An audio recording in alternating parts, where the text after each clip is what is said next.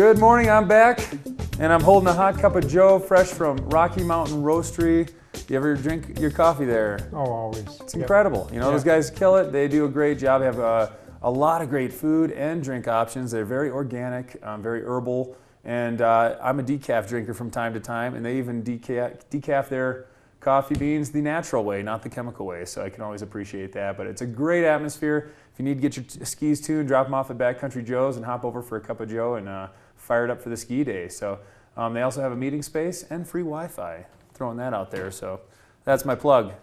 Yeah, my kids' only complaint about that business was Doug's bike shop over there. They said, "Dad, our bike helmets always smell like coffee." It's better than the alternative, man. Yeah, I tell you, I know what absolutely. mine smells like, and it ain't coffee. You know, it's not that good. Like dirty dog. Dirty, yeah. It smells like football practice. I think that was the term somebody once coined. You smell like football practice. Yeah.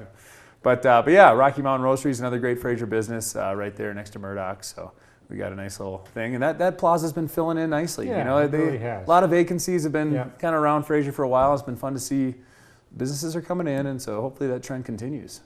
And we might even talk about marijuana social clubs in the future. Uh-oh, here we go. That came up at the last town board meeting, so it's not formally come up yet, but the state's trying to facilitate that right now. So we might The talk about that marijuana in the social future. club. Hey, we got a new radio station too.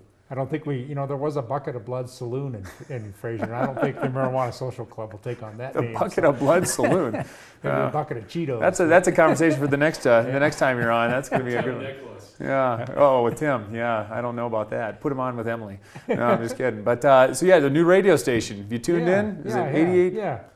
88.3? Yeah. Is that right? Yeah. 3, is it? 88.3. Yeah. Yeah. That's outstanding. Yeah. Tune in, man. It's Yeah. locally run in there. It's a lot of fun. So it's Local fun. media is Fun to have that important. in there too. Yeah. But speaking of stations, Fraser is home to a pretty awesome amenity, and that is the Amtrak train station, which is a pretty big deal. You know, a lot of skiers come up, and so that's another thing that's home to Fraser. So that's one project I really want to work on. Is the state legislature just passed a bill to form a rail corridor between Pueblo and or Trinidad actually and Fort Collins for standard gauge rail for the Front Range. Really? And I really want to work with Casey Becker, our state representative, and see a northwest rail corridor too, because we could not only with this train, with the ski train, and Amtrak already serves a good part of northwest Colorado, but not everybody knows that this track goes to Steamboat. So if we could have a daily train, and not just weekends, but a daily train that would serve So Steamboat. there is track in Winter Park. place to get to Steamboat. I didn't know That's that. where the coal trains come from. They come from Steamboat. Ah. They come from west of Steamboat, from the Craig coal fields. But that's what's opened all this up, is the coal traffic's down by a third, and despite what Mr. Trump might think, or President Trump, I'm sorry, might think it's probably going to go down farther. So that's freed up space on that rail line for passenger rail. So if you take it, you figure that train can stop here, can stop in Granby, can stop in Kremling with a bus link to Summit County. That rail line also through the Dotsero cutoff goes to Glenwood Springs, so it could serve the Aspen complex. So right out of the DIA, out of the airport, you could serve all of Northwest Colorado with passenger rail. A little bus satellite for some, and not all of it. Yeah, that'd be incredible. So, and CDOT, the exciting thing is that the train platform at Winter Park was partially funded by CDOT, by our highway division, but it's actually called a division of transportation. But this is exciting that they're actually putting money into rail infrastructure on the west slope. And they get it. I So, mean, yeah, they get it. Those That of gets us who've people driven off on a Friday I-70, night or yeah. a Sunday afternoon understand the need for alternatives to driving. To I-70, Yeah. yeah, absolutely. And it's not a multi-billion-dollar rail line on I-70. It's a rail line that exists and probably one of the prettiest rail routes in the country as far as all the tunnels, and it's gorgeous rail. As a Fraser local with inside knowledge, do you see any added amenity to the train station of Fraser right now? It's a little bare bones. Yeah. The Crooked Creek Saloon is a wonderful train depot, but you know, I wonder if at some point there's a talk of trying to spice that area up a little. One of my confessions I have to make is I actually tore down the old Winter Park Railroad Station. There was a 30 by 60 foot brick building right up behind the transportation barns, the bus barns in Old Town. And I tore that down and built my first house out of it back in the mid-1970s. So it would be nice to, that was a beautiful building, but it did make a great house. So, yeah, right. Yeah.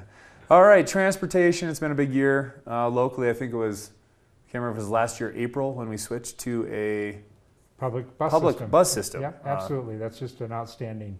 We're federally subsidized amenity. now? Yep. because it's a public system, we can go for public tax dollars from the feds and from the state also to help enhance our bus system. And it's just so nice to get on and off those new buses and not have to fight the school bus entry and exit. So it's just a great reflection on our community. Yeah, so. definitely. And obviously there's going to be growing pains, and we're still working it out. And so we have a bus right now into Fraser, and you talked about the revenue of Safeway is a big driver for that. Fraser doesn't have a lot of businesses kicking in sales tax. Right.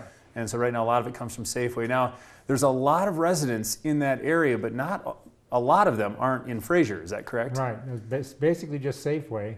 As you go up the Meadow Ridge Hill and all the way up into Meadow Ridge, it's all in the county. I would guess 1,200 to 1,500 condos. Would that sound and possible, that are not considered Fraser, even though all of them would tell you they live in Fraser, like resident-wise? If you ask where you live, they'd say, oh, I live in Fraser. Yeah. But that's not the case. They're actually in the county, Grand County, but they're not in the Fraser town limits. And it should be known that Grand County, with their budget difficulties, and they've got them, only put $10,000 into the bus system this year. So which was a reduction from the prior year. And that's supposed to try and help cover that bus line up into Meadow Ridge. Now, the homeowners associations up there do put money in also, but that line in Meadow Ridge is hard for the public transportation system to support. So okay, we got to take a quick break. Apparently, I'm going long again here too. But the big question we're going to answer when we get back is: Are we looking at potentially losing transportation to all those residents, the 1,200 plus condos up in Meadow Ridge? So once again, hanging out with Andy Miller at the Fraser Board of Trustees. Am I saying that right? Yep. All right. We'll be back in a moment.